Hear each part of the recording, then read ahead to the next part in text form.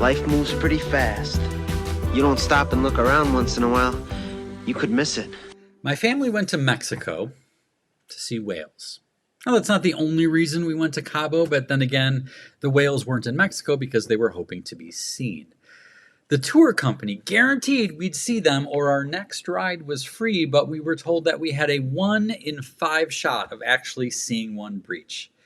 It was recommended that we improve our odds by booking several excursions. Well, our itinerary and budget forced us to take our chances. As we skipped across the waves on our small vessel, my little family prayed to St. Francis, the patron saint of animals, and we invoked St. Anthony with the words, "Tony, Tony, look around. There is something to be found." Well, I had faith that our little excursion was in the right 20th percentile. And, maybe our prayers were answered. Maybe it just turned out to be our lucky day.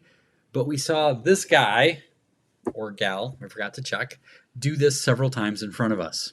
I used this photo that our guide took with his awesome camera as reference for this painting.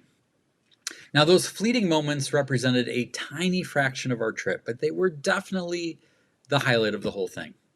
The biggest chunk of our time on that vacation was spent in and around the swimming pool. My kids could have spent the rest of their lives there if we would have let them.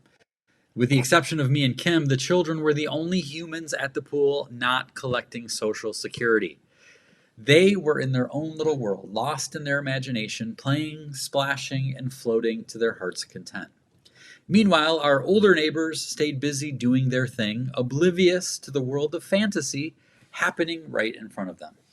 I was sad for them because they were missing out. They were nonplussed and in some cases seemed a little annoyed by the joyful noises bubbling forth from the pool. Mind you, I couldn't see everything that clearly. Adultitis has dimmed my imagination more than I'd care to admit. But I could see well enough to know that magic was happening in that pool.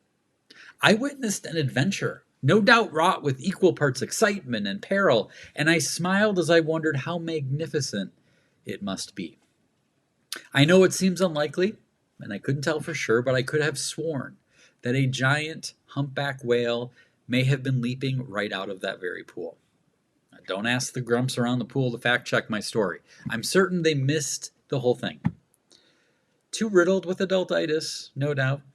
Well, that the whole scene appeared to be invisible made it no less real. Why do we stop believing in fantastic things? Why do our wide eyes grow so dim with age?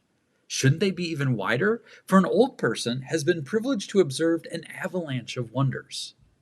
Living long brings plenty of disappointment, to be sure, but it also brings a smorgasbord of sunrises and sunsets and more time to bear witness to impossible things like childbirth and springtime and the way green leaves turn bright red every single year.